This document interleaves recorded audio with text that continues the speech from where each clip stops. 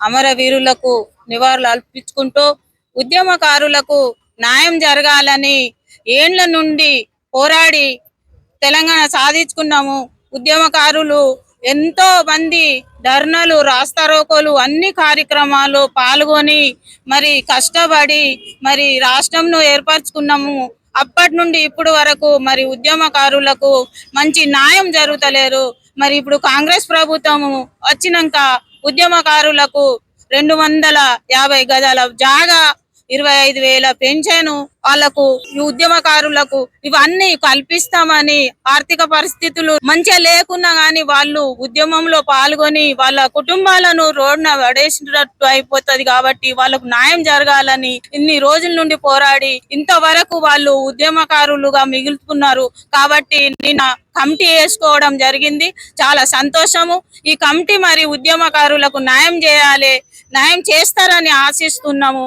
ఉద్యమకారులు కోరుకున్న కోరికలు ఏం పెద్దవి కావు, వాళ్లకు న్యాయం చేయాలని కాంగ్రెస్ ప్రభుత్వానికి, ముఖ్యమంత్రి గారికి మేము డిమాండ్ చేస్తున్నాము. రాజన్న సిరిసిల్ల జిల్లా నుండి ఉద్యమకారులు మరి ప్రతి కార్యక్రమాల్లో ముందు ఉండి మరి వాళ్ళు పోరాడుతున్నారు. కాబట్టి వాళ్ళను అసలే మర్చిపోకుండా ఇచ్చిన హామీని, ఇచ్చిన మాటను నిలబెట్టుకోవాలి. ఈ కమిటీ కూడా న్యాయం చేయాలని, న్యాయం చేస్తదని అనుకుంటున్నాం.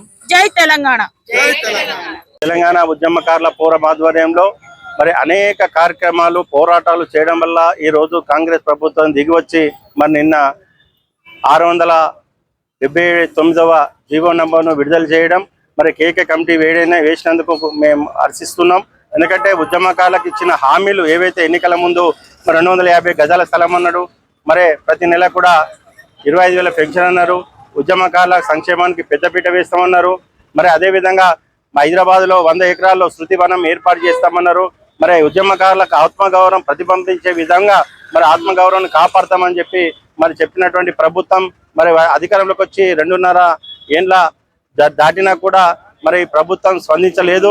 మరి అనేక పోరాటాల వల్ల నిన్న మరి కమిటీ వేయడం జరిగింది. మరి వేసినటువంటి కమిటీ కూడా జూన్ 2లోగా మరి ఈ యొక్క ఉద్యమకారులను గుర్తించి వారందరికీ కూడా న్యాయం చేయాలి. ఎందుకంటే మరి కేవలం జైలుకు వెళ్ళే వాళ్ళే కాదు, కేసులైన వాళ్ళే కాదు, మరి ఉద్యమ సమయంలో అనేక మంది కూడా ఈరోజు మహిళలు కావచ్చు, మరి పురుషులు కూడా మరి పెద్ద ఎత్తున కూడా మరి పాల్గొన్నటువంటి పరిస్థితి మనం చూసినాం. మరి వాళ్ళ ఫోటోల ఆధారంగా కానీ, పేపర్లో వచ్చినటువంటి ఆధారంగా కానీ వాళ్ళకు గుర్తించి వాళ్ళందరికీ కూడా న్యాయం చేయాలని మేము ఈ కమిటీకి విజ్ఞప్తి చేస్తా ఉన్నాం.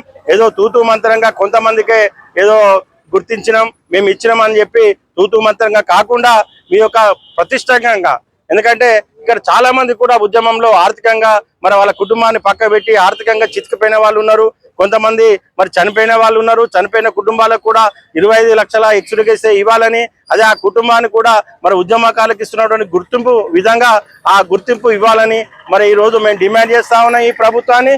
మరి తొందరగా కూడా ఈ కమిటీ మరి కాలయాపన చేయకుండా విధి విధానాలు ఏందో ప్రకటించి మరి గుర్తింపు మరి ఉద్యమకారులకు ఇచ్చే విధంగా న్యాయం చేయాలని ఈ ప్రభుత్వాన్ని మేము కోరుతా ఉన్నాం. మరి అనేక పోరాటాలు చేసినటువంటి తెలంగాణ ఉద్యమకారుల ఫోరం రాష్ట్ర అధ్యక్షులు మా ఓరుగంటి ఆనంద్ గారికి ఈ సందర్భంగా వారికి కృతజ్ఞతలు తెలియజేస్తూ వెంటనే ఈ యొక్క కమిటీ మరి విధి విధానాలు ప్రకటించి మరి ముందుకు సాగాలని చెప్పి మేము తెలంగాణ ఉద్యమకారుల ఫోరం పక్షాన వారికి విజ్ఞప్తి చేస్తా ఉన్నాం. జై తెలంగాణ.